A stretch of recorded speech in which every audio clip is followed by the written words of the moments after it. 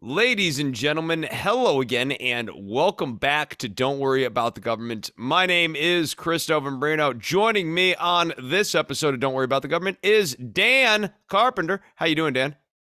Any better, and I wouldn't be able to stand it, Chris. Oh, really? Like, what's the threshold for that? Well, I mean, things are going so great in the world. Everybody's, democracy is really strong. We've got Yes. a really cohesive and competent and of the current time leadership class that is just firing on all cylinders, getting things done. Yes. Really, like looking out and creating a much more prosperous future for all life on this planet. It's a great time to be alive, is what I like to say. So, on today's show, we are going to be talking basically singularly on abortion and all of the topics that are downstream of that. If abortion is not a topic that you want to hear about, this is kind of your off ramp now to move on to something else in your life. Totally fine. Otherwise, get ready because we are definitely talking about abortion on this episode of Don't Worry About the Government.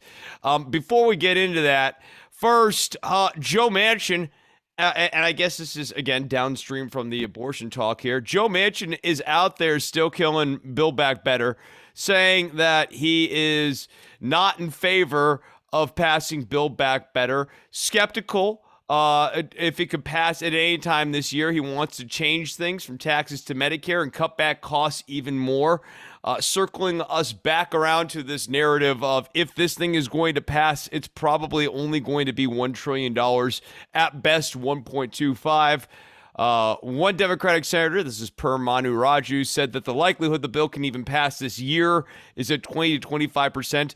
Dan, does this bill even pass? Sure, but I'll say it's only going to be 750 billion. Okay, I can name this tune in two notes. It, Yeah, it's no, I mean yeah, no. it's just if it does pass, it's just going to keep getting diluted and diluted down until it's E- nice and thin, really fiscally responsible. Every day longer is going to be more dollars off the top of this bill. And let's say I'm right about Manchin wanting to keep his political career going and seeing the writings on the wall for doing that as a Democrat from West Virginia. Every day longer he stalls and perhaps even kills Build Back Better makes his conversion to the Republican Party all the more smooth. It makes that glide real good, like you did a real good job as the inside agent, Joe. And they'll reward him back home in West Virginia. So I know I keep saying if it Just passes at all, it's going to be 1.25 trillion, but I'm circling back to the at all part of that sentence even more than the 1.5 trillion or 25 trillion. I guess money can buy nice things, but just the bleakness of that existence. I do not pity the soul of a Joe Manchin, or pity the conscience of a Joe Manchin if it bothers him at all. Yeah, right. So here's what I struggle with as an agnostic who leans towards the notion that if there is indeed a god, it's not like any of like the earth described gods or whatever, right? Like unless that there's probably not like a heaven like afterlife. I think if you could just make peace with wanting to be disgustingly rich and like loving your Maserati and your yacht like Joe Manchin has, then I guess you're just good. Yeah, a clean conscience is a is a good conscience. No, hey, like look, I mean, I couldn't do it, but like, you just have to imagine that, like, if you don't believe that there's an afterlife, it makes all this stuff much easier, is all I'm saying. I guess that yes, that is true. If there isn't, if you're not actually like looking at a final comeuppance, but Joe Manchin doesn't strike me as the type to outwardly promote that philosophy, Oh no, or no, he wouldn't promote. I mean, believing it secretly and promoting it overtly are two completely different things. But yeah, yeah, no, I mean, look, Joe Manchin. I think the only thing Joe Manchin cares about is the future of Joe Manchin, and I think Build Back Better will be it will be a real clear way of figuring out what Joe Manchin really wants to do in 2022 and beyond. I just continue to have my serious suspicions about this guy. And I certainly think that it will become only more clear where this guy lays when we have to discuss Roe versus Wade, as Amy Klobuchar wants to do. Like, if Amy Klobuchar is serious about let's have the Senate take up Roe versus Wade at a Senate level and at a House level, Joe Manchin, you have to imagine, is not going to be an ally in prohibiting the state from mandating gestation. yeah. Like, I mean, not a that's chance. I mean, how was I mean, we go back to 2016. Tim Kaine now can't profess how pro-choice he is and how much he supports Roe, but that wasn't always Tim Kaine's.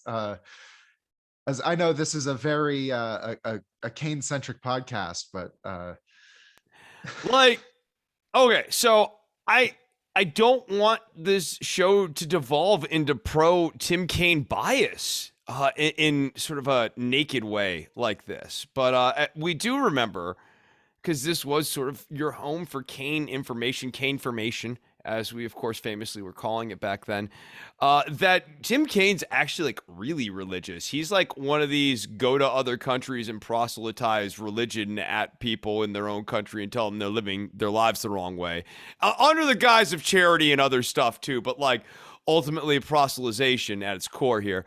And yeah, like Kaine, I mean, it's like one of these things where it would even be like, well, I support a women's right to choose or whatever. But I mean, this will get into my bigger critique of the way the Democrats have chosen to frame this for the better part of like 50 years here. It's been all about the women and the women's rights, and it's never been about the state. And I think it's just such a clearer conversation that the state shouldn't be able to mandate castration. The state shouldn't be able to mandate gestation. The state should not be able to mandate pregnancy termination. That like these are all just like clear limits on the state. But Roe v. Wade and like even the whole choice framing has allowed this whole, well, I support a woman's right to choose. And also, in parentheses, she should choose to keep the baby and not have an abortion or whatever. And yes, I think that'll get us kind of into our main topic. Do you have anything more to say on Kaine though specifically? no, not no. Just I remember him trying to occupy that him very much trying to occupy that pro-life Democrat lane, There's a lot of trying to them. triangulate that, like, There's a lot of them. I mean, so like actually, I guess to stay on Klobuchar for just a moment longer, I think one of the big problems, and this is what we are referencing here, is a report in the Hill today saying the Klobuchar says the best way to protect abortion rights is to codify Roe versus Wade into law via the Senate at a national level here.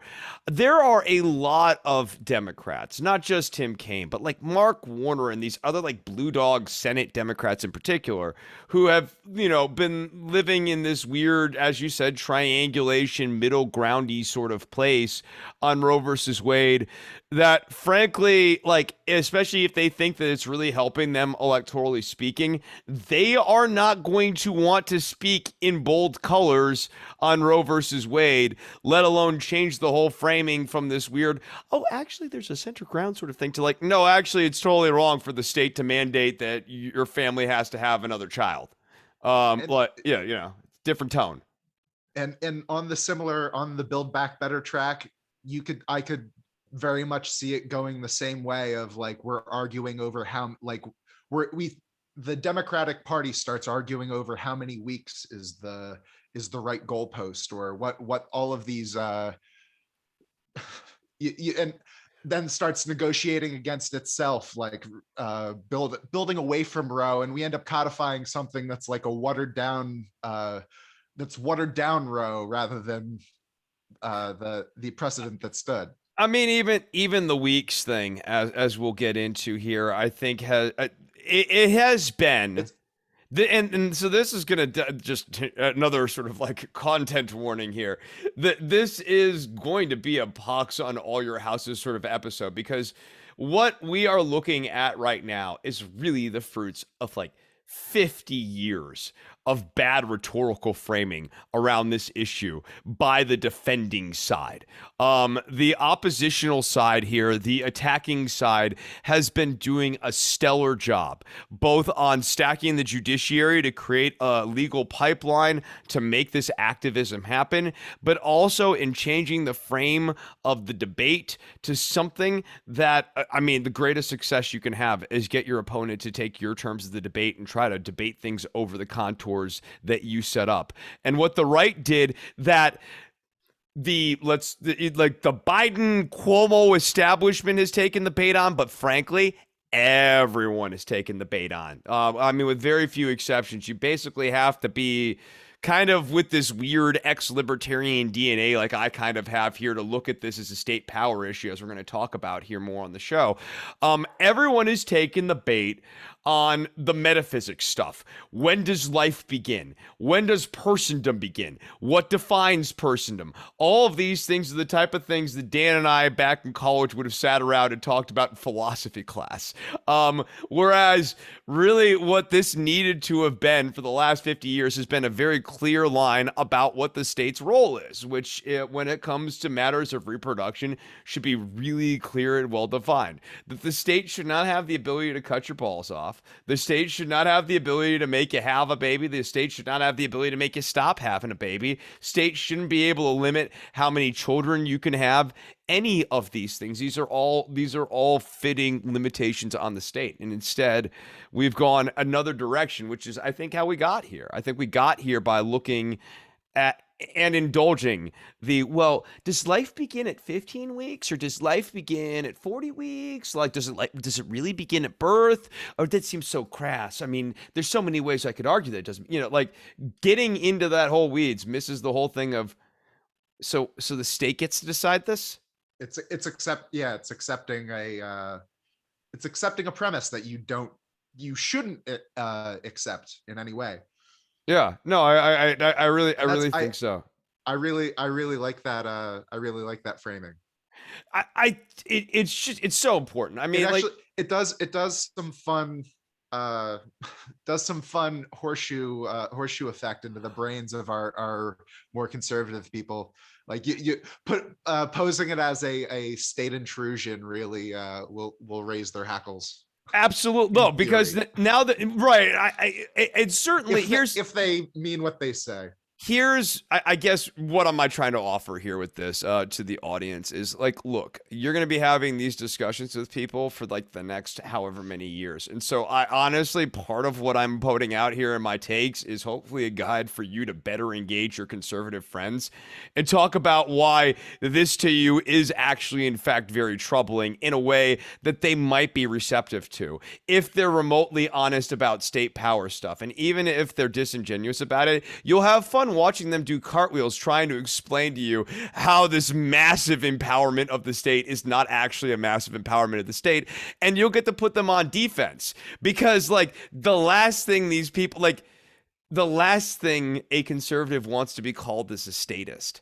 And what effectively I hope to sort of offer up to the audience here is this idea of that this is statism. And also, dude, I mean, getting us away from so much of the Clinton era rhetoric. Safe, legal, and rare. Safe, legal, and rare makes a value judgment on abortion.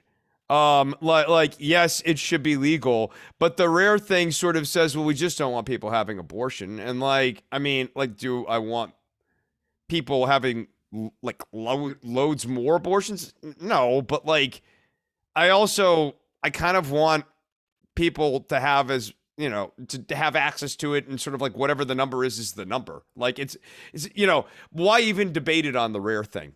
Saying rare sort of implies it's bad. You don't stigmatize a tonsillectomy or any other necessary medical procedure.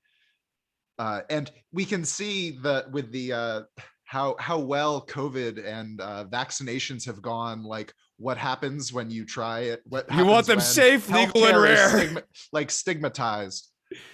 Yeah, no, right, right, and I mean, to your point, like the vaccines, having them be safe, legal, and rare is sort of like weird and counterproductive, and it implies like, there might be something wrong with the vaccines, but we want to have them there just in case. Safe and legal part, great, Yes, great, love it. love it, love that part. What the two things that government should be doing there.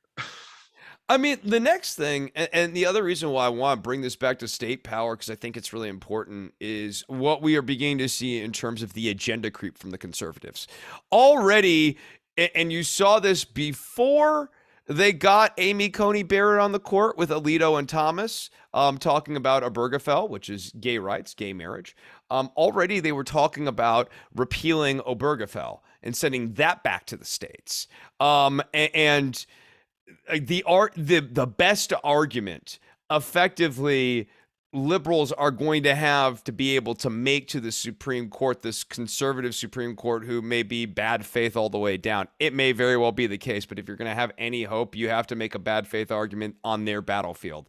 And in this case, the argument has to be that essentially gay marriage, allowing the states to go back to prohibiting gay marriage, puts the state back into marriage. It essentially goes back to what Ted Olson's argument was back when Obergefell was decided back in 2015. It's actually, it might be a super important argument for liberals to be revisiting here over the next decade, because Olson effectively argued that you need to allow gay marriage because right now what was happening in a paradigm where gay marriage was prohibited was the state coming in and inserting itself into marriage.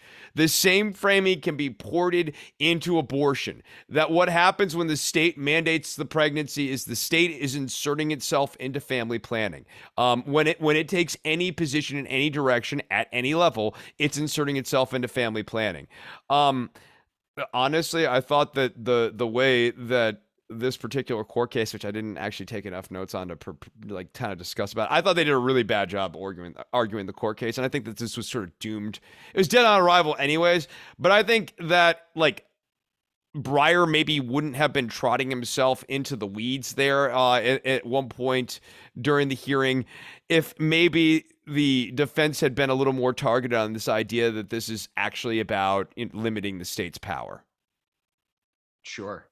But I worry immediately that like they're going to come for Obergefell off of this. And that we're talking about we're coming both of us are coming from a more post-libertarian background, and we're I think we're post-libertarian progressive. Is that a new thing? Oh God. Yes. We're doing new things. It's a new decade.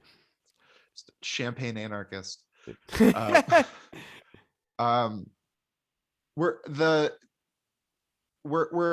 I think we have a conception of the conservative mind as still like as very Tea Party-y, and I worry that the Donald Trump the brain virus that is Donald Trump has kind of swung them a little bit more back towards the fascist side, towards the authoritarian side, where they don't mind a little bit of big government. And so while we love our liberty, it's liberty for me, not always for thee, is kind of and to that point, they were always pushing it back against Ron Paul, right? Like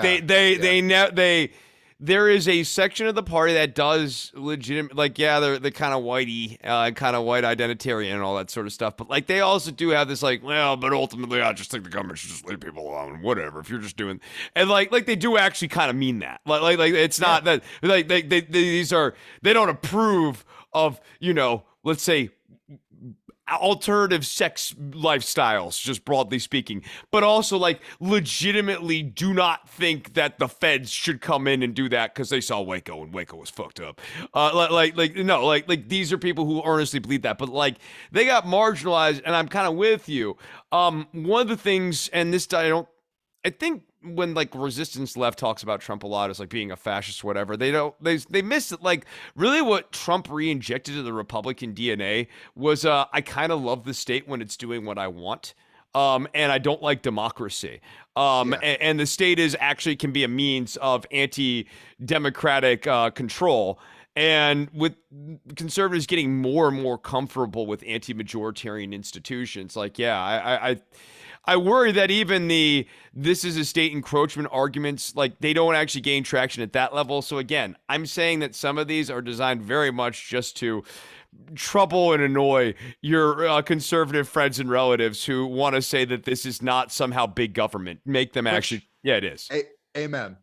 Yeah, yeah, right, right. I think that this is the like the merit. Plus, also, I mean, Obergefell, man. Like, Yeah, that, I mean, yes. yeah, I really, I don't.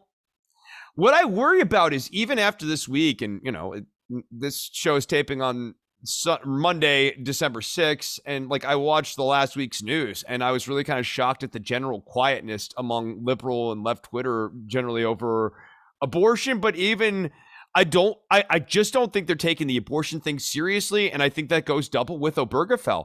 I think that there are a lot of people who go, "Oh, it couldn't possibly be the case that gay marriage would get repealed." And But we voted for Brian. I mean, we voted for Biden. How yeah, could it happen? right. Or like that was settled. I mean, it's not even like, Yeah, but yeah. we voted for Biden. It's just like, but that's settled. And I mean, I think that that's going to be the shock to the system. I mean, we'll get into Biden and his role in all of this here. Don't worry. I got him on the slate.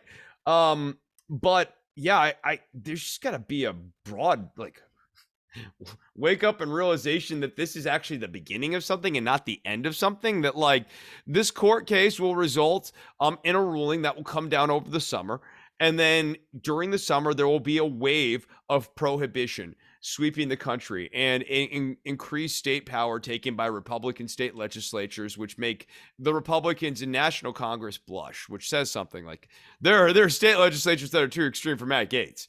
Like they are going to come in, and enterprising ones who want to advance in statewide politics as well are going to want to be the people who passed the abortion ban in their state into law.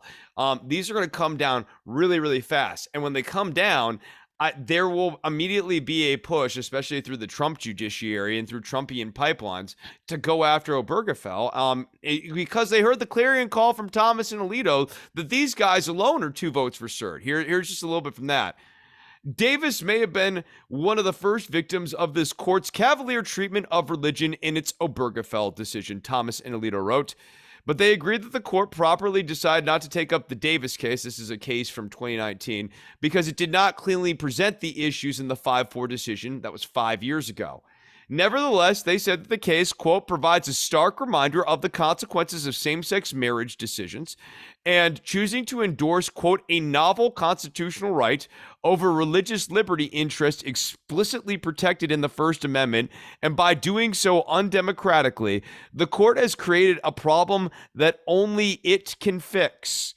Until then, Obergefell will continue to have ruinous consequences for religious liberty. That kind of tells you what's on their minds. And Yeah. Thomas is on YOLO time right now. You know what I mean? Like I think he'd love to get the 1-2 punch of gay marriage repealed and abortion, repealed. Finally, just see all of that go to his grave happy. Ugh. Yeah. I mean, it I guess they've got the power, and so they're going to swing with it while they can. I I can't see how this turns out great for them though. Like this may be like the only, as bad as Biden has like been on actually like providing anything, this may be the only way that he actually holds on to Congress, just like the severe backlash from all of these people throughout the suburbs, throughout the 50% of the population that has uteruses. Like I think If people care sufficiently, this yeah, is going to, yeah, no, I got to start with that as the opening clause here, but like yeah, I'm with you. I believe that if people care sufficiently, the conservative Republican Supreme Court has created a situation in which the Democratic Congress and Democratic Party, broadly speaking, will have to reorient their position on abortion to a post-Clintonian rhetoric, and they're going to have to fight hard on this because I'm with you. The 50% of women who have uteruses, or no, I'm sorry, the 50% of the electorate who are women who have uteruses. 50% of the electorate that has uteruses. Look, where the clauses, the better denomination. Yeah, where the clauses fit in really makes a difference here. So anyways, whatever you just said, that at some point, yes, half of them are conservative, but the Democratic base is going to be made up of women who are going to want a strong tact on this, a strong rhetoric from their candidates on this. And I mean, it's hard to see. I'll say one thing in the wake of this. It's really hard to see a paradigm wherein a male can win the Democratic Party presidential nomination, because now there are going to be so many questions during the primary process about abortion that a man is just fundamentally going to be less good at answering than a woman. I mean, pick your favorite male candidate. Now imagine them answering questions on abortion. And while they may be funny, ask yourself, is this really the winning formula for winning the nomination, or is pretty much like the Amy Klobuchar of the world going to be better and probably run circles around your preferred male candidate and their answer on abortion? So also, I just want to say, is clearly the end of Buttigieg mania. Like he's not going to be able to win on this. Like this alone, I think he doesn't realize it yet, but this alone, I think, basically dooms him. I think that documentary was a bleak enough look behind the curtain to really do a lot of damage too.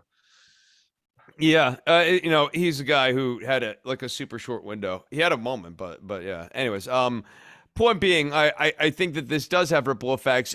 Again, if the Democratic electorate starts taking it seriously, which I tend to think they will once. Look, the great thing about our side is only when it's way too late will we start really giving a shit, and then we'll probably start blaming each other. Yeah. but we'll start giving a shit eventually. You can't solve it until it's already a problem, Chris. Right, yeah. How do you even look ahead to anticipate problems? Who could do that? How can that be done? These are the questions. I know how to be active and I know how to be reactive. I don't know if there is another option, but someday maybe we'll figure it out. Inactive. That seems bad though. There you go. That feels bad. There you go.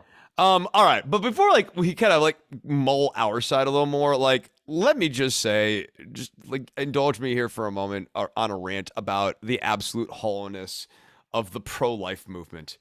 I have never thought particularly highly of the pro-life movement. A part of it is my own story with my brother, seeing how the pro-life movement inserted themselves into the Terry Schiavo controversy around the year 2000, and thinking about that in the context of my own brother, who was basically by laws of the state, more or less not really allowed hospice / medically assisted suicide, and was sort of like a permanent war of the state as a vegetable for 2 decades.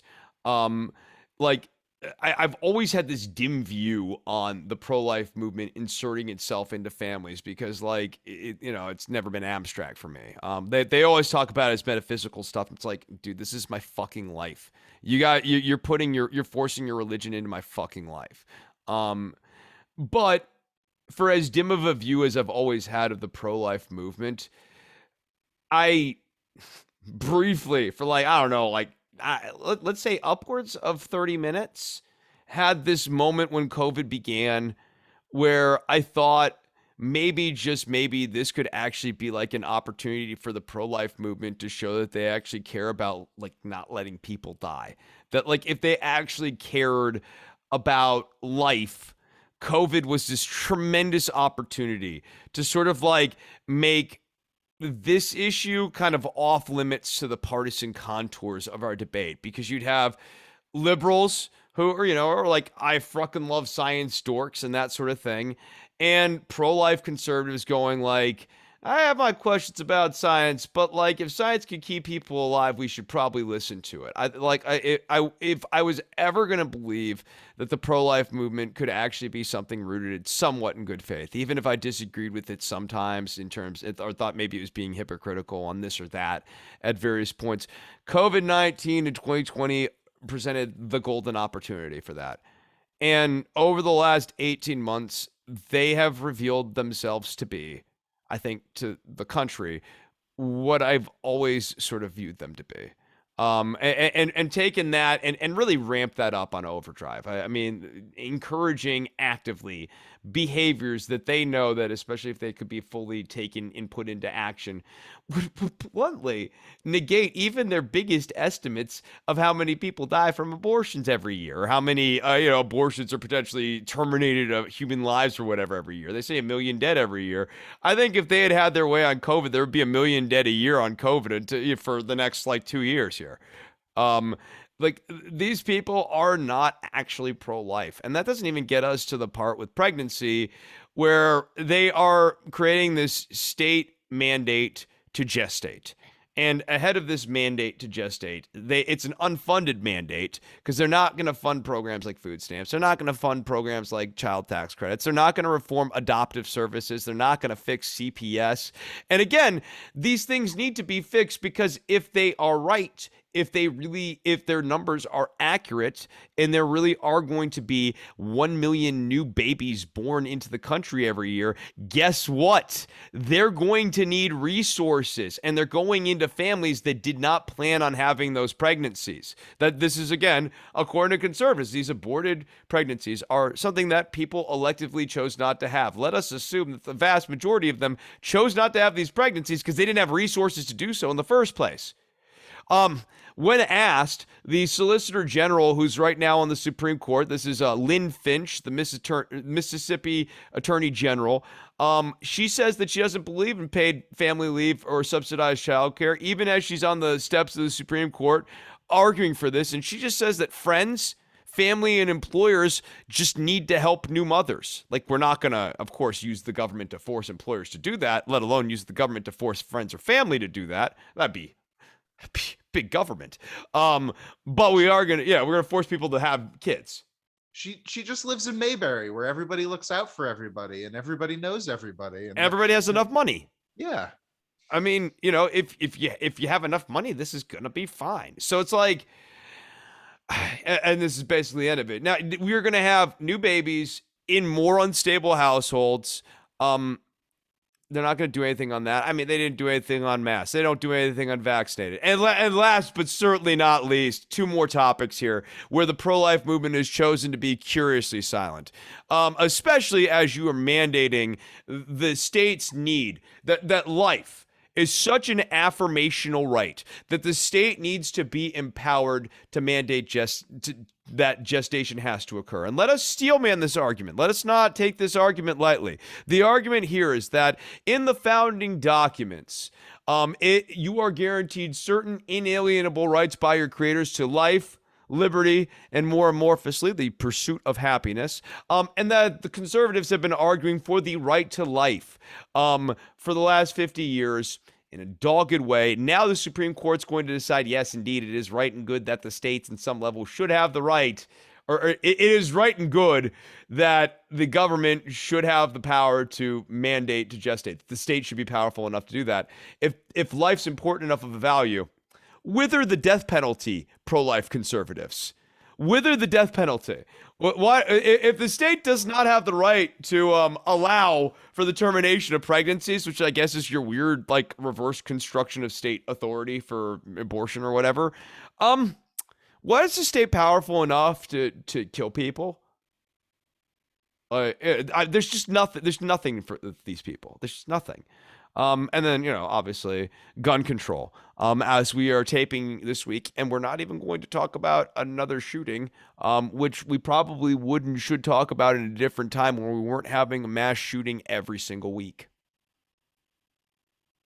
I mean, what's to say about Crumley other than, like, it's Rittenhouse Part 2? Absolutely. The failures up and down the board from uh like all the adults failing a kid in his life. Like even the interaction, some of the interactions they had with it, like the school, like um where I don't know, some of his violent writings, he was just joking, and that got like, oh, well, just see ya, no counseling for you. I mean, I'm sure that's a guidance counselor that's like 1,200 kids in a school and like the single person, but And how do you even build rapport with thousands? You know yeah, what I mean? You're like, yeah, yeah, like in that scenario, I mean, they become so ineffectual because it's like they're able to help a couple of kids, but they're able to help a couple out of like 1,000. You know, there's like hundreds of faces that those counselors will just never know. And like I don't even want to slag them. It's just like it's an impossible task for just one counselor to try to do. sure. Um, yeah, no, like Pro- but to swing back on the pro life thing, I just or did you want to hit on the pro life movement or beat up on them a little bit? I think you rang them out pretty good. The I mean, the hypocrisy around the death penalty has always been like pretty rife. I really like your angle of the state overreach. It's it really like you have to. I've seen a framing of like you need to sign a you have to sign up to be an organ donor, even after you're dead. The state can't harvest your organs to give them to people who need them without your like written consent. So that to enforce a gestation is just I mean, there's way other way good beyond. examples here. The state at no point has it ever been successfully argued before the Supreme Court, and I don't think it could be, that the state has the ability to mandate that you give a bone marrow transplant to a family member. That this would be very very similar. Essentially, they're dying, they need a bone marrow transplant. You go, cousin Louie, no, just I don't want to do it. Not for you. The state does not and should not have the right to force you to undergo a procedure to save cousin Louis's life if you don't want to undergo that procedure. I mean, I I just think this is so much more clear cut, and I think what's really important here, like I get how our side fell for this. The pro life thing made it really easy for us to turn the camera lens from the victimizer, the state, to the victim, a innocent, helpless woman who's scared, who doesn't get paid enough in our society, who has to face sexist and possibly racist as well insults all the time. They are the perfect victim in our narrative. They're the exact type of person that us Libby Libs like to come in and rush and defend. And we want to focus on them, and we like we care about them, like the bleeding heart thing. But we gotta focus on who's really hurting them. And so often we think, oh well, it's the Bible thumpers. No, it's the Bible thumpers henchman, the state. That's like why I want to focus on it. I mean, like, look, all right. So now let us shift gears to our side of the aisle here. Look, for the people who think the Democrats and the Republicans are exactly the same, especially on this issue, like they're just not. But just because the Democratic Party is better on balance doesn't like sure fine okay that doesn't make Democrats great, and this current leadership decidedly not in the great camp. Joe Biden was sold to the Democratic primary voters as look, he's not what you want, probably. He's probably like your second or third choice, but he can win. He can win, like, and he's maybe so centristy that, like, you know, maybe he'll be acceptable to centrist voters or whatever. That hasn't actually borne out, so like we should stop falling for that. But I mean, Joe Biden sort of is what he is. Like, I'm over being shocked that Joe Biden is a moderate at this point. Like, it's not like a very interesting take to me because like in his slight defense, he never said anything else. He's never said he's a progressive ever. Yeah. You like That you almost have. I don't like it, but I at least like respect it in this like way of like, did he lie to us? Like I mean, no, yeah.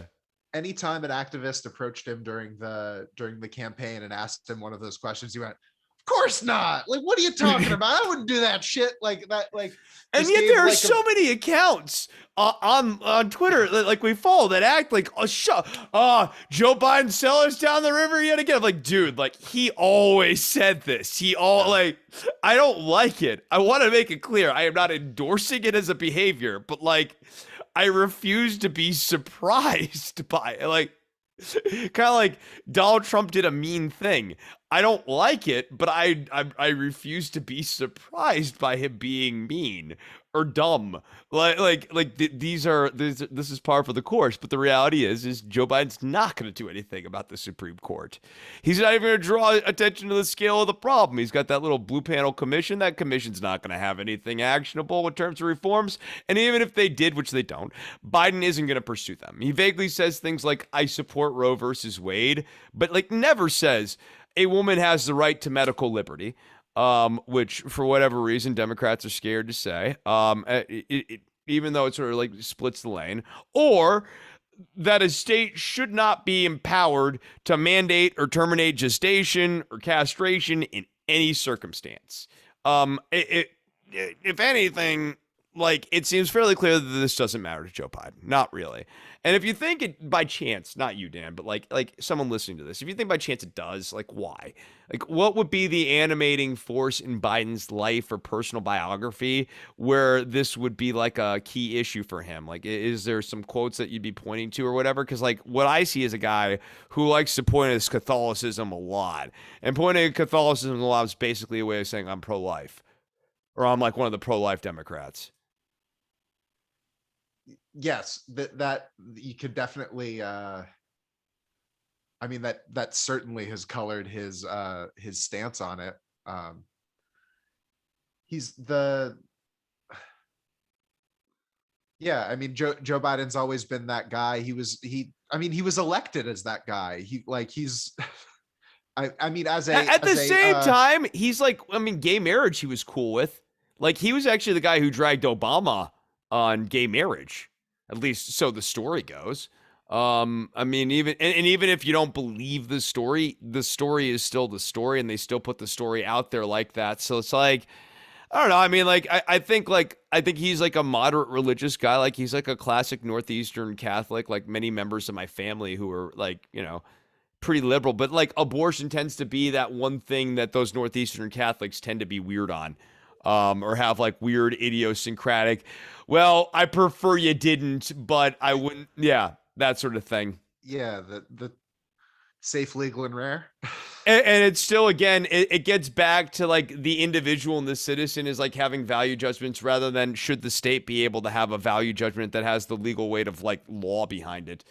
Yeah. Um, But like, and actually, on that point, Democratic voters still try to do this "I'm being reasonable" stuff by engaging the debate on the metaphysical, as we're talking about, taking that Clintonian tactic of safe, legal, and rare, and that implies and it concedes that life begins at some point during the pregnancy process and not like at gestation.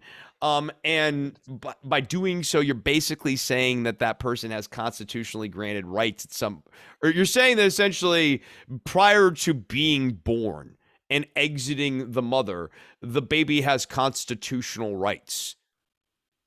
I think it was a I don't know.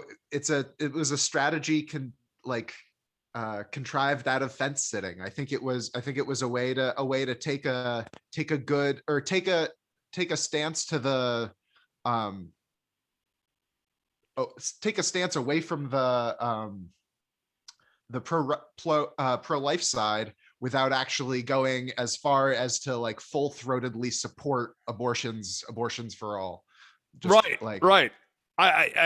I have said to conservatives, and like they just look at me absolutely shocked every time I say it, like I'm like insane. Like I've gone like deep into lefty Leftersonville. I go, oh, Roe versus Wade was the compromise. yeah, You guys are getting rid of the compromise, but like what is my position? It's really simple. The state does not have a role in this. It is wrong to use the state to contrive a role in this. The state should not be involved in this at any point. Like this is between you and your partner and y'all's choice to have that, and that's it. And that's it. That's it. You want it, you don't want.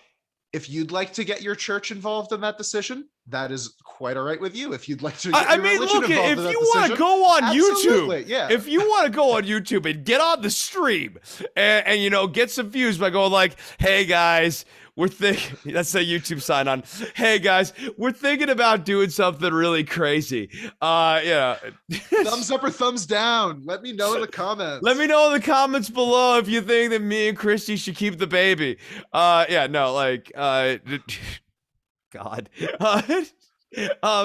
Look, that's your prerogative. If that's what you, but like, one thing is for certain. I mean, look, if you even want to have the state, a bureau where the state gives you advice on whether or not you should keep the baby that you can elect to go to, cool. That should be your choice. But it's not even about pro-choice here. It's about anti-state. It's about like the state doesn't need to be in this mix here. Yeah. So, I mean, look, I have some more on this whole thing too.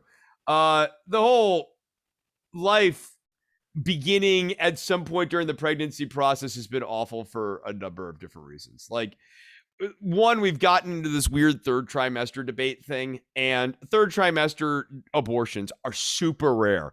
One night I wish I had actually pulled this up, because like one night I was debating this topic with a conservative friend, because like I need, like, anger management's going well for me, and so I need new hills to climb. So we're debating this, and we get into the Virginia abortion law that had came down the pike. This was a few years back, and we get into third trimester abortions, and I pull the numbers on how many third trimester abortions there even are in the country in terms of percentage of abortions annually, and it's under 5%. Like they're just super uncommon. So what liberals, the left, have been doing for the last 50 years here in debating third trimester abortions is debating these extreme limit cases where it's like, well, what if the mother loves the baby for 8 months, has already picked out a name, they've already got a crib, and then one day she shows up the doctor and she's like, I want you to rip it out, use the tongs with a spike. Like what then? What then? Would you still be in favor of abortion then? When in reality, this is simply just not like representative of the extreme example. Like if you want to reverse that on gun rights, I think it gets pretty nasty, right? Like, well, what about the guy who owns the guns and everything's going fine for about 10 years, and then one day they go to Las Vegas outside of the country music concert and they just start shooting everyone from a hotel window? What about that guy? Who we never found out why he did that, by the way. I mean, if you're gonna use that as the limit case, pretty much you're gonna find your way to having a narrative where the state should prohibit everything because of limit cases, because you can come up with an awful one every time. Yeah, as strawmanny as you need it to be to get your mark. Right. So the right to choice, as conservatives like to point out, it's not in the Constitution. Liberty, on the other hand, is in fact very proximate to life in those off-cited lines in the founding documents. And the Constitution is loaded with limitations on the state. Like, in fact, the Bill of Rights, they are also sometimes known as, to get a little poli-sci on everyone, negatively constructed rights, which is to say the rights are constructed in a way where they put limits on the contours of the state, and from there you can actually opine further limits on the contours of the state fairly easily. But like, for example, the freedom of speech, it's not like the state gives you the right to speak freely. It's that the state does not have the right to take your speech away from you except in extreme circumstances. The right to bear arms is not the state bequeathing you the right to gun ownership. You already had that, in the same way that you already had the right to sword ownership and the right to axe ownership. It's saying that the state can't take that away. there are other ones. I mean, actually, the Third Amendment's really easy. It says pretty clearly the state can't put soldiers in your house. That one always reads differently to people than the first two amendments because, like, one, it seems very specific, but like two, it also is so explicitly negative in a way that the first two almost feel like positively constructed rights where it's like the state is giving you the right to have a gun. It's not though, right? Like it's like the state can't take that away. Same thing with the right to or the right to privacy is essentially the state can't take away your privacy. Doesn't say anything about corporations doing it. And how the Fourth Amendment has gone is a topic for I a was different. gonna say It's going great. rough Stop. job. It's going very well. I love it. So, and we can keep going down the line here. Like the right to a speedy trial. Again, it's a prohibition on the state. It's essentially the right to a speedy trial is a series of prohibitions on the state. There's a lot of prohibitions downstream from that. All of the rights in the Constitution are negatively constructed. So rather than saying you have a right to choice, which is not really outlined anywhere, it's, I guess, closest or most adjacent to the right to pursue happiness. You do have a pretty like a strong argument in saying that like castration and gestation are well beyond the purview of a document that says pretty strongly that putting soldiers in your house is over the line. You have a right to your person, papers, and personal effects. The state can't make you not own a gun, which is, again, going to be a really thorny issue with gun control things, and that the state can't really limit freedom of speech and assembly except in extreme circumstances. Like, this is a state that isn't supposed to be powerful enough to shut you up most of the time, but like it's not necessarily a state that's supposed to be giving you maximal choices. I mean, we talk about choice as a good thing, but it's not a constitutionally granted thing. Yeah. Okay. Here's a different one, a different little talking point here. We gotta talk about RBG. So where we're at right now, a lot of blame to go around here. Obviously, you got 50 years of the pro-life movement refusing to let Roe versus Wade be settled law and making a 50-year crusade. Like, let us never forget that they are very much the catalyst of this. These are the statists who are going for this. However, people like RBG were like sitting in these really high places, supposedly with really good views and seeing the full lay of the land and truly understanding the contours of how society really sat. And RBG with two aggressive forms of cancer, which again, we hope is safe, legal, and rare. With two aggressive forms of cancer in her, she stayed in the Supreme Court way beyond when she should have, doing her little RBG workouts, enjoying being the subject of Broadway plays, enjoying being the beloved angel of the internet, never stepping down, staying on the bench until the day she died, and handing things off to Amy Coney Barrett. But like the cult of RBG that was around RBG all through the 2010s made it impossible to criticize her or put anywhere near the appropriate amount of pressure on her to step down. It's impossible to do the work sometimes when we have these cult of personalities around political figures. So why is Breyer still there? And see, it's not even a cult of personality with him, it's ego.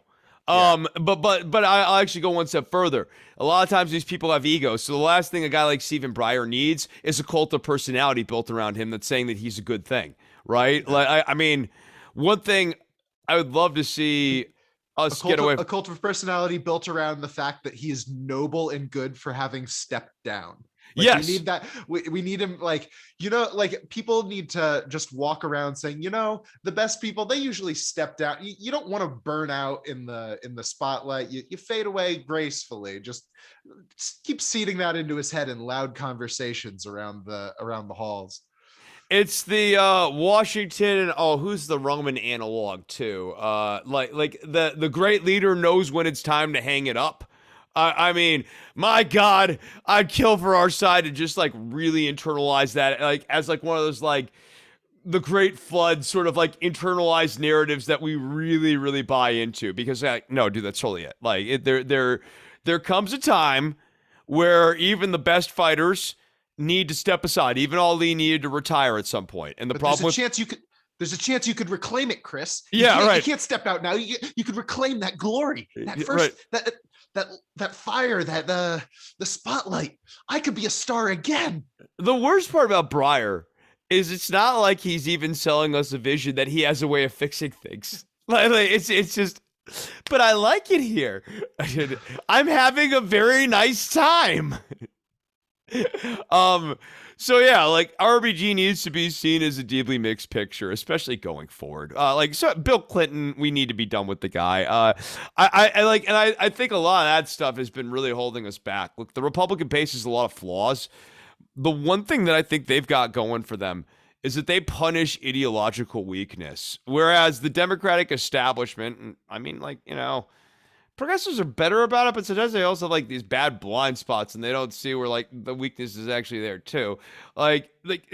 There's like there's a way of convincing ourselves that this is just how things are, and that's all there is, and that's just the way it's gonna be. It's like it's Panglossian, but sort of like in this like bleak way. Like it's the best of all possible worlds, but not like a very good possible world.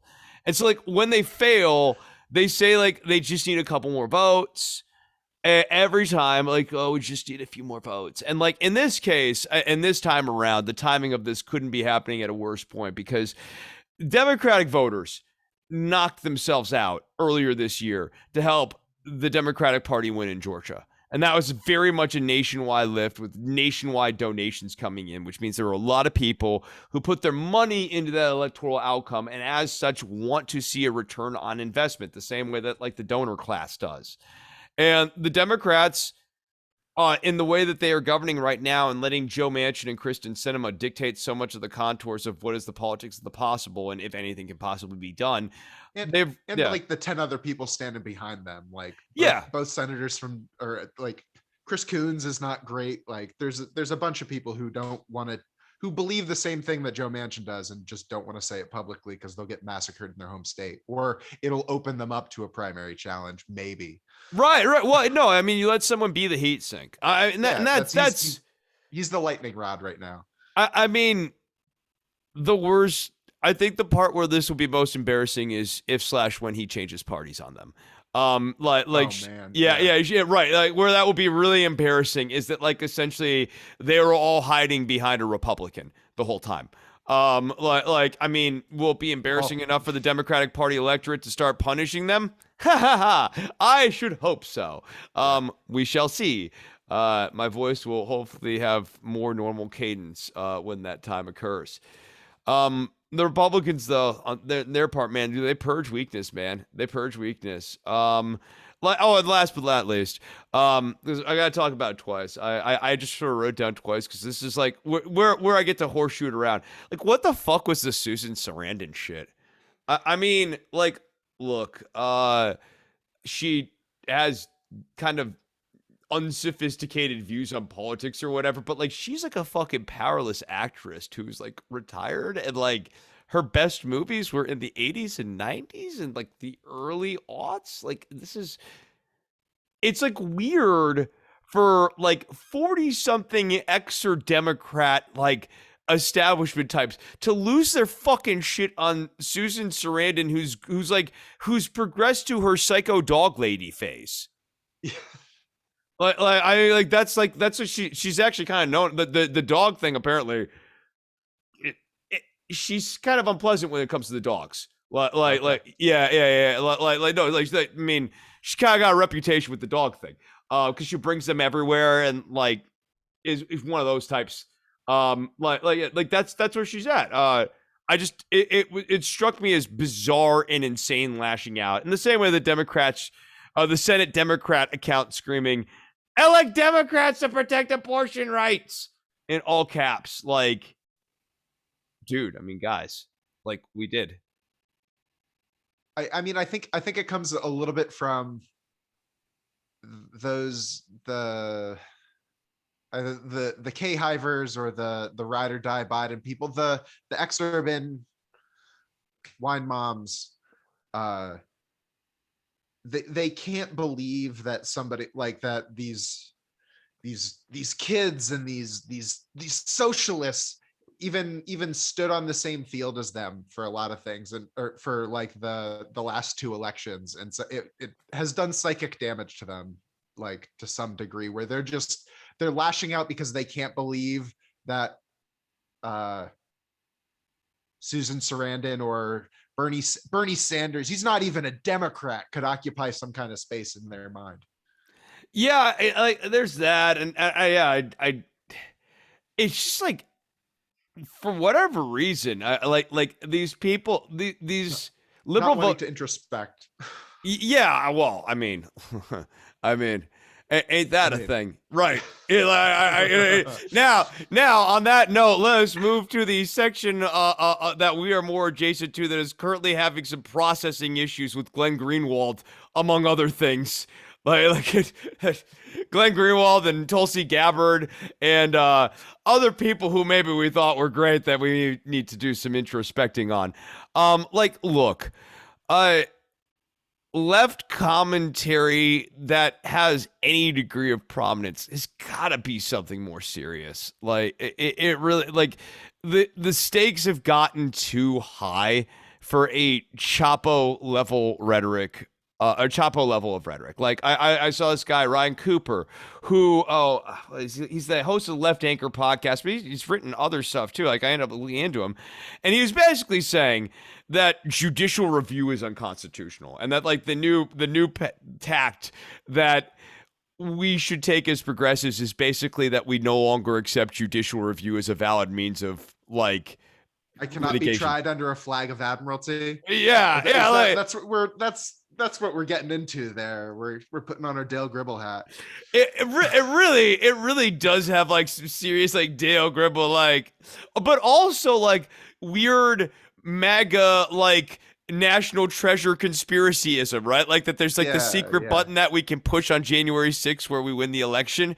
Like this is like the okay, well, the court's just not even there. Like yeah, how about that? You're not even there. I've never seen a Supreme Court in my life. How do I even know it's real? Yeah. Has anyone you know ever even been to the Supreme Court ever? Yeah, exactly. You've never even met one. Right. No, like it's just like it's not serious. Like, look, I mean, I don't want to dwell like certainly not like on like Sarandon or like you know, he dragged me once. We had a fun little exchange one time. I call him the Galactic Jedi, or like even like Eve Six guy. Yeah, that guy's a he's a weird dude. yeah. Like like science fiction authors. Sometimes you see shades of their psychology in their writings. Yeah. No, I like it wasn't even like he like lost his shit on I because it was on the old Christopher Brino account, so I don't have it now, but like he like lost his shit on me or what. It was like it was fucking nuts. Like here's my thing. At some point you guys self-reflect what the gimmick bitching is endgame is. Like if you took your gimmick bitching seriously, and we did what the prescription is of your gimmick bitching, does that actually result in like stuff? Like, can you actually do something with it?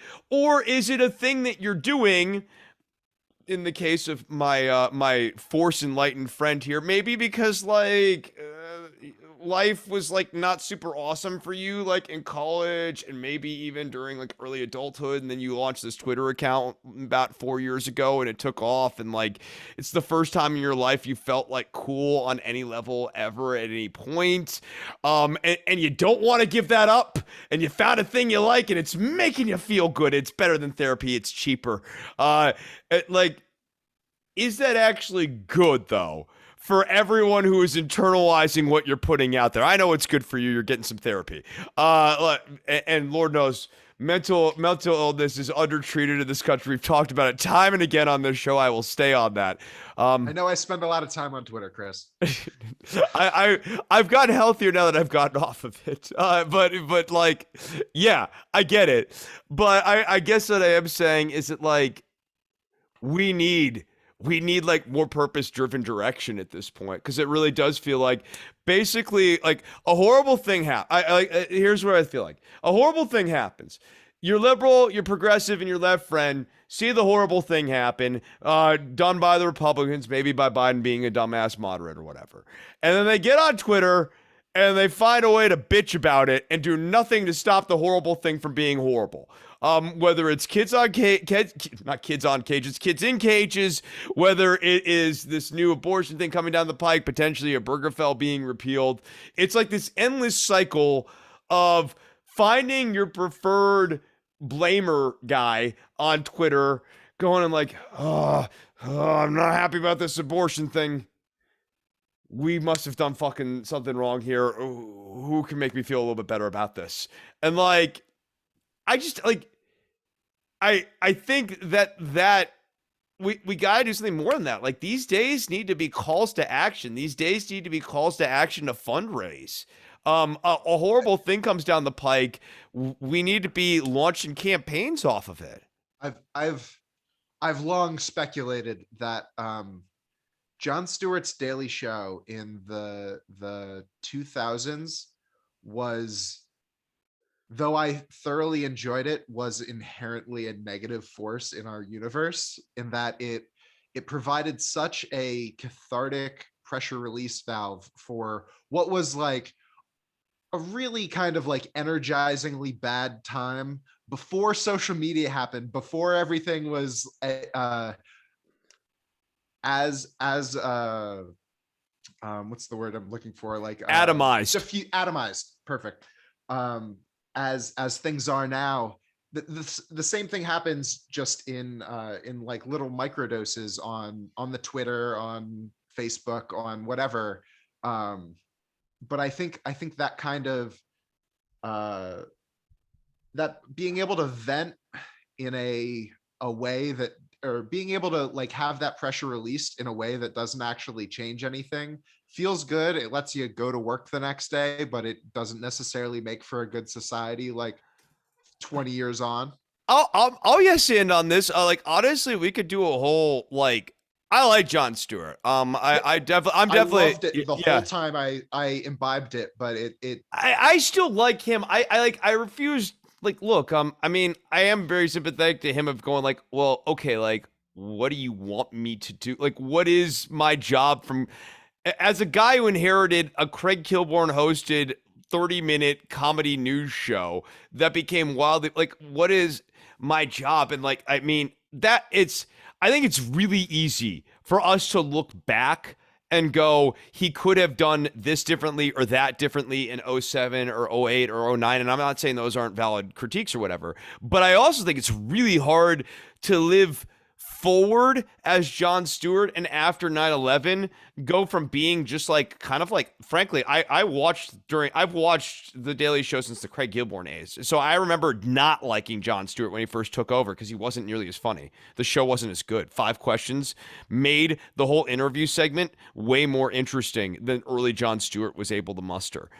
It wasn't until 9/11 where he became sort of this like voice of conscience thing, but like, it's tough. It's tough. But where I like 100% want to strongly co-sign, even circle as like an important historical moment for us to like look back at culturally, is the rally to restore sanity that he did with Stephen Colbert. So you have, on one hand, Glenn Beck test piloting a rotund blonde man with vicious rhetoric talking about how Obama was born in Kenya, and was a secret Muslim. Sound like anyone you know? Sound like anyone who'd be coming down the pike in a few years?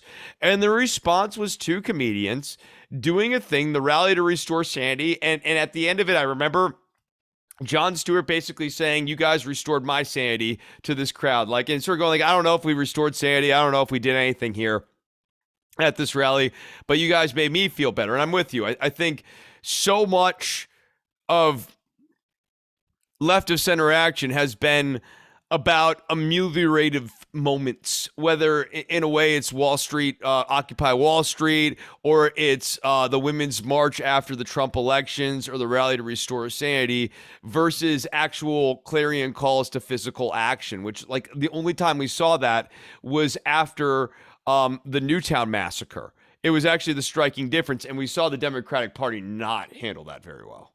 Yeah. Yeah. I mean, but like, I guess what I would say is like, dude, as a general rule of thumb, if you're about to put out a comment and the end game of that comment or like political thought is like an increased likelihood of a Supreme Court 7-2 majority, you're probably not going in the right direction. Because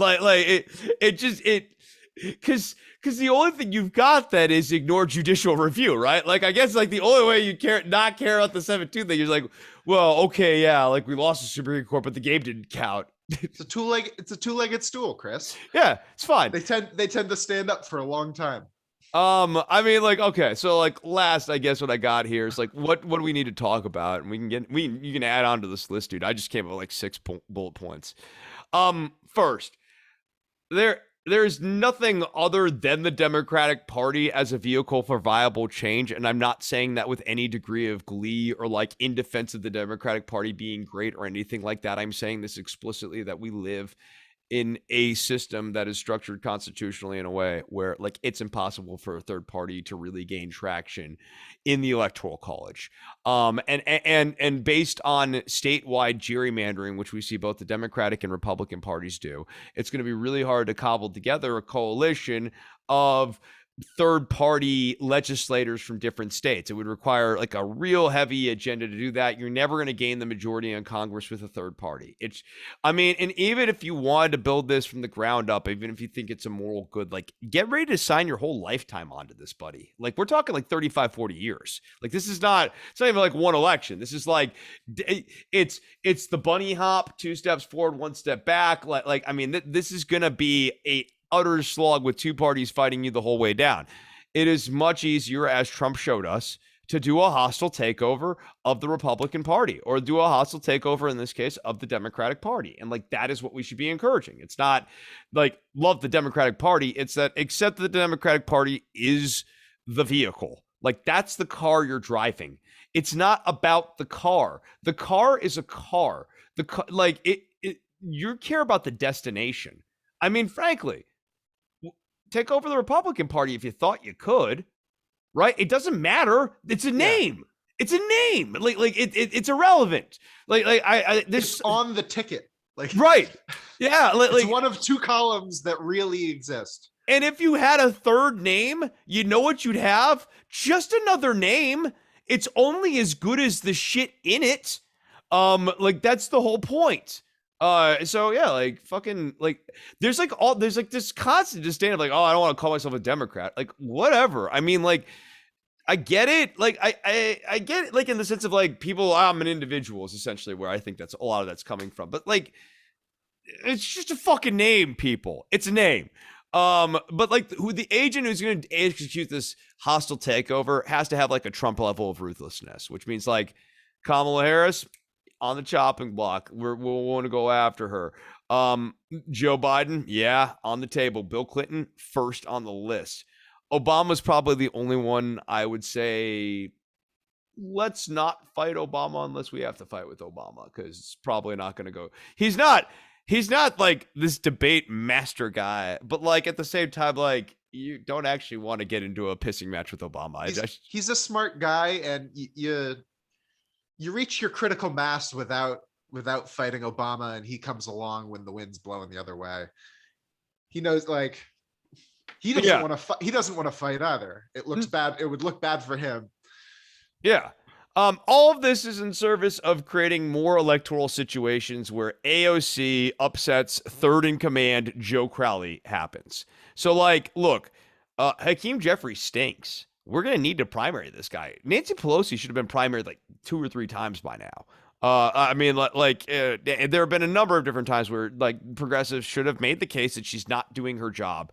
And part of primarying Pelosi in a serious way, and not like with like random guy that you like, serious challenge with a serious organized campaign on her is to send a message to the broader electorate about how the Democratic Party is failing to live up to its values. So you are challenging Pelosi.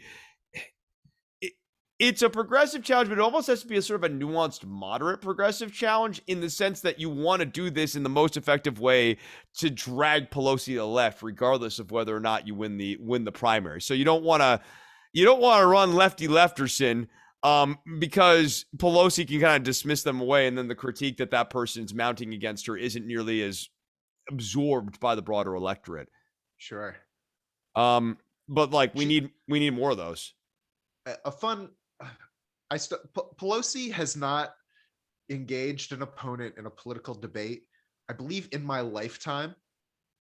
Since before I was born, she has not had to share a debate stage with an opponent, which just boggles my mind and makes perfect sense. Yes, right. Like, yeah, like it. I mean, it's how you win. If I ever make it back in, or if I ever make it in, I'm never sharing a debate stage with another opponent. So, audience, now is as good of a time as any for me to finally share this. We have disgraced former Congressman Dan Carpenter on the show. From what was back up until 2010, California's 27th district. No, now the now defunct 27th district of California. And I guess we're pleased to have disgraced former Congressman Dan Carpenter on the show. I feel kind of icky about this because I've been letting you sort of campaign for the better part of 2 years here on the show now. Yeah. It's all come out. My district fell into the ocean. It sank. It got redistricted, but then it sank, which warped. No trace. No trace. Unbelievable. All right. So, like, to this point, we need to set the table for a primary challenge to Kamala Harris. Like, I mean, I want to make it clear. I'm like not talking about like splitting potatoes here. Like, no, we got like, she's not the one. And we need to start making it clear why she's not the one. And the alternative, and again, even in this, let's say we're unsuccessful in proving that she's not the one.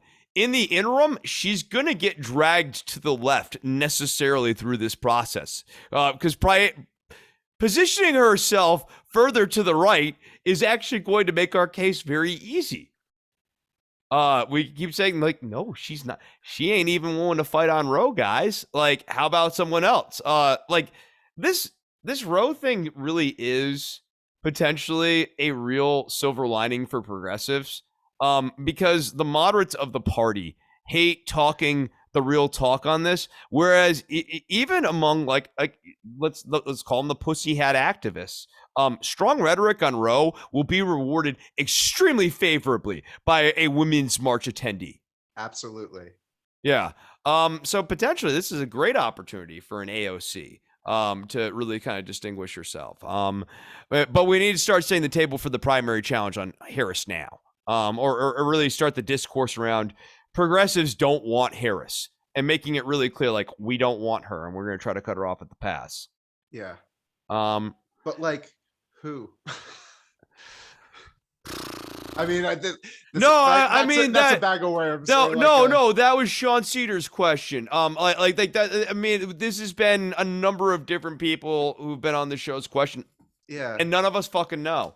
And like, that's the thing that I think makes us feel really bleak right now in terms of leadership. I think the answer basically is it is AOC. If we can't think of anyone but Katie AOC. Bush? I don't know. Oh, you mean Cori Bush? No, no. She's a California representative. What's her name? I know what you're talking about. Is it like Popper or like, no, I like her. I don't know that. And she has taken a more progressive Katie turn Porter. in years. Katie Porter. Well, Katie Porter's really great down in Orange County, but she needs to stay there because I don't think anybody else is like. She took away a Republican seat there. And needs to kind of hold on to that. She's really good. Yeah. She's not necessarily a president. I really like her though. I'm a fan for sure.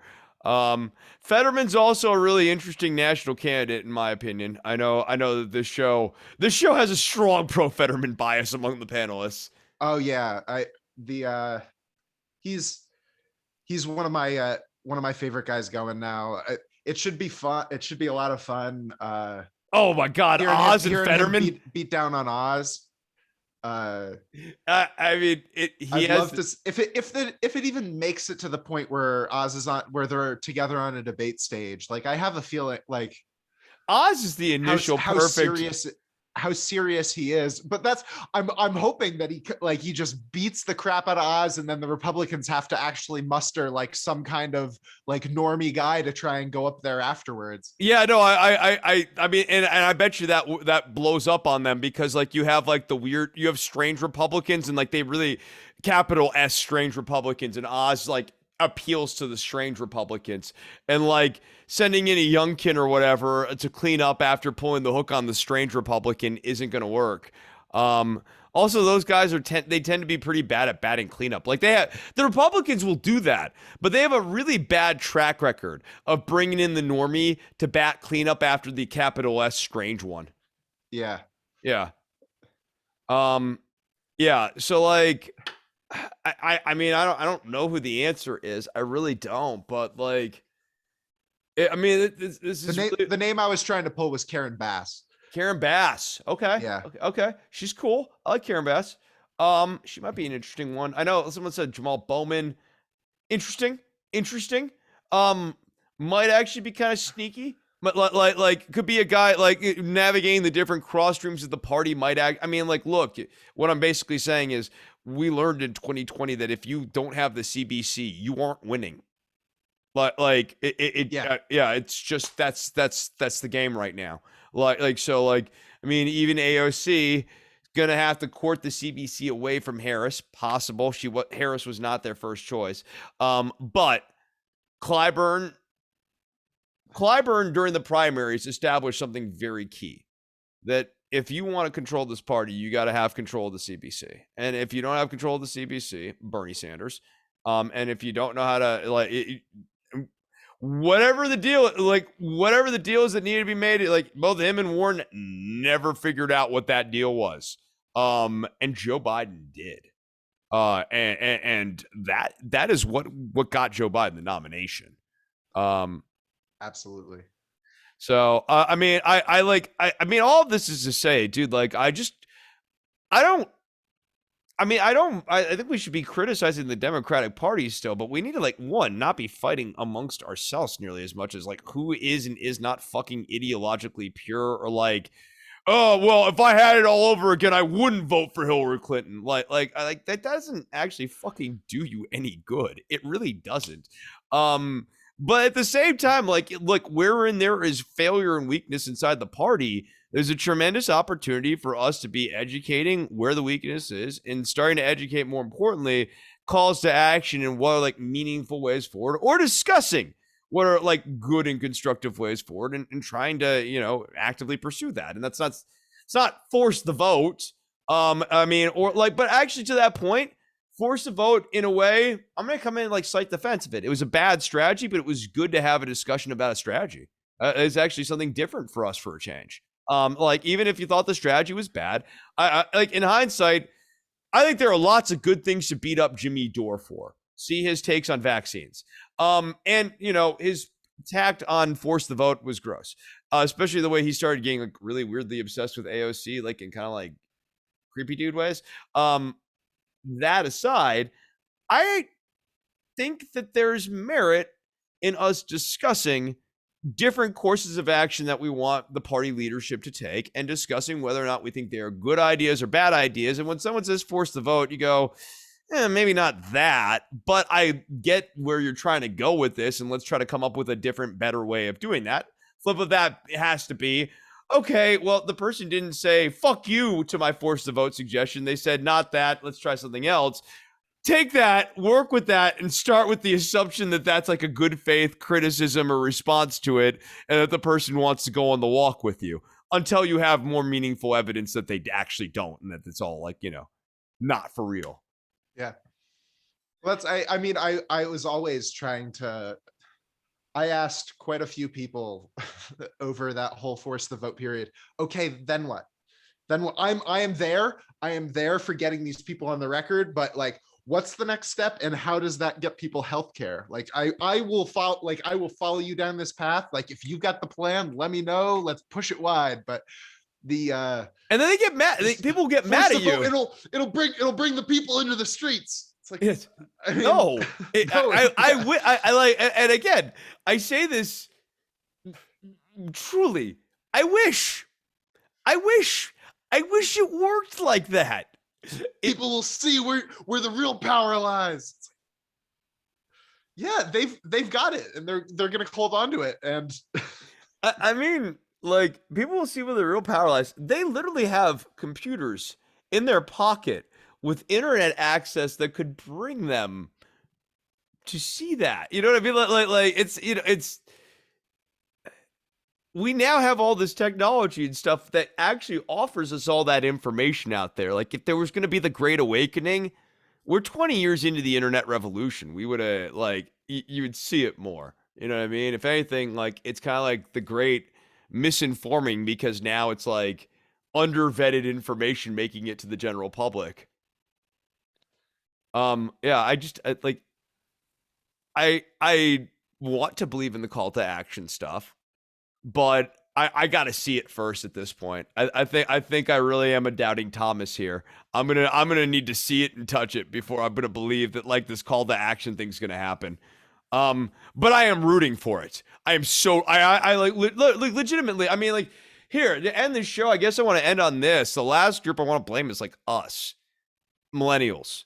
You and me, Dan, especially me. Like, we dropped the ball on this. We're now in our mid 30s. We have been politically active for nearly 2 decades now, and I was a former congressperson. you were in Congress. You had a lot of power. Honestly, like, you face there's a different discourse that we need to have about you at a different time, really. But I mean, we're millennials, some of us Congress people, and during this time, we didn't really take seriously the threat to Roe versus Wade.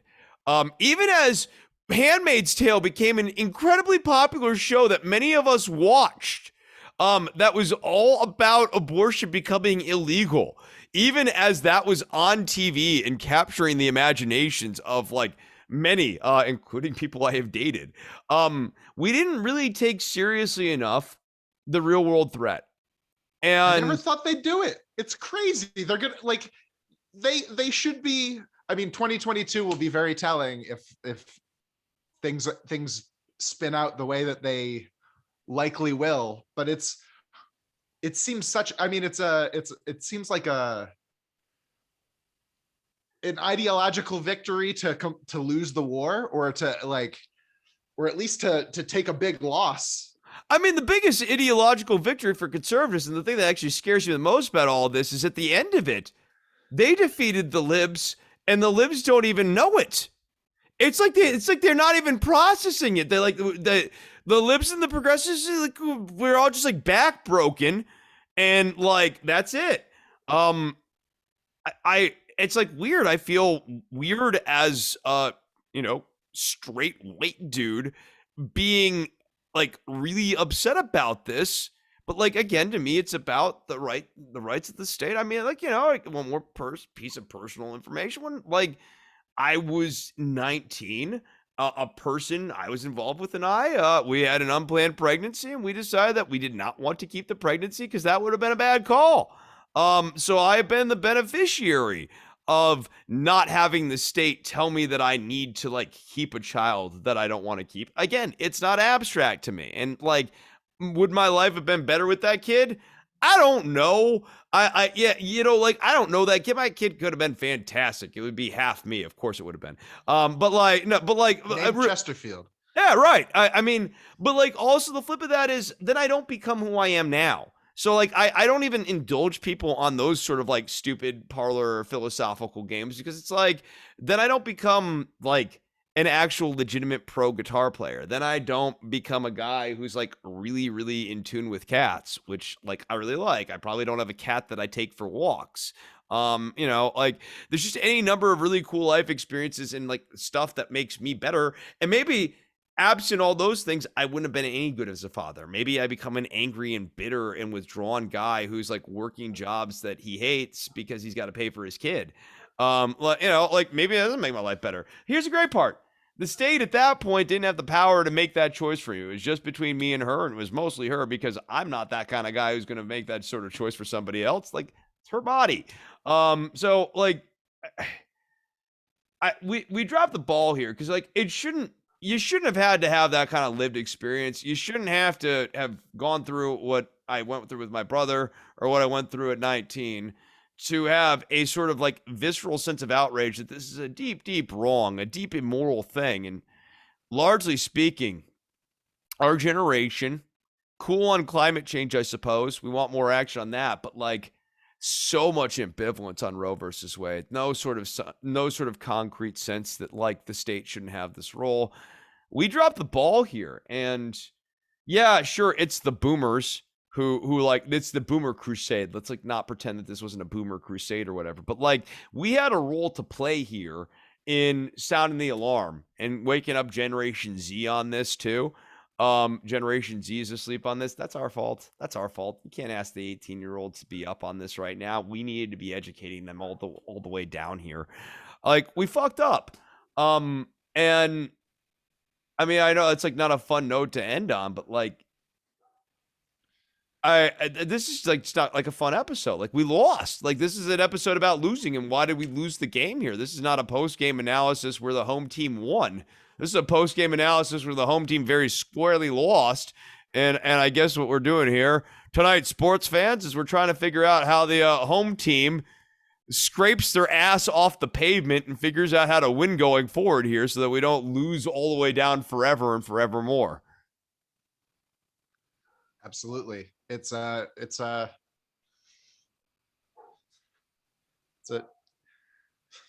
one for the ages. It's an important question. We really gotta figure this shit out, because I mean, on as two straight white men, all of these questions are, though they are important, they are theoretical for us very much. Like I mean, even the way this touches my life, it's not it. I can tell you from having lived through that, my experience was not her experience. Yeah, and I would never ever pretend that it was. Like, yeah, it's still, even when you are there, when you're holding that person's hand as they're going through the door and you have to get separated from them, it's you can be as close to them. Like I'll tell you, that car ride, worlds apart, completely different worlds. So, yeah, like I mean, it is. It's just it is abstract for us, even if it touches us firsthand. It never actually becomes. It's not the same thing, which is why I have. Honestly, it's that experience though that makes me have even more disdain for the conjectural, metaphysical white guy who like just likes the idea of telling a woman what to do. Yeah. Yeah. Any other thoughts on this topic or any of the topics we touched on in this episode, or things that you wanted to get in here? I think we put it to bed. The Well, don't you shouldn't. You really should not these days. Yeah.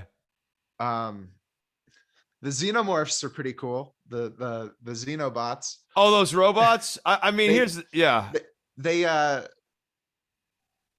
whole these little clumps of pluripotent stem cells touching some of the vague abortion debates or the vague right-wing culture war shit here in America. Pluripotent stem cells, we've clumped them together, like a couple thousand of them, and they spontaneously started assembling. The way that these cells reproduce is they instead of budding, or like a lot of times when you reproduce, like you build up in the body, in your body or in your little cell, the materials that you need, and then you split off, or like we smash two little cells together and then they start to grow.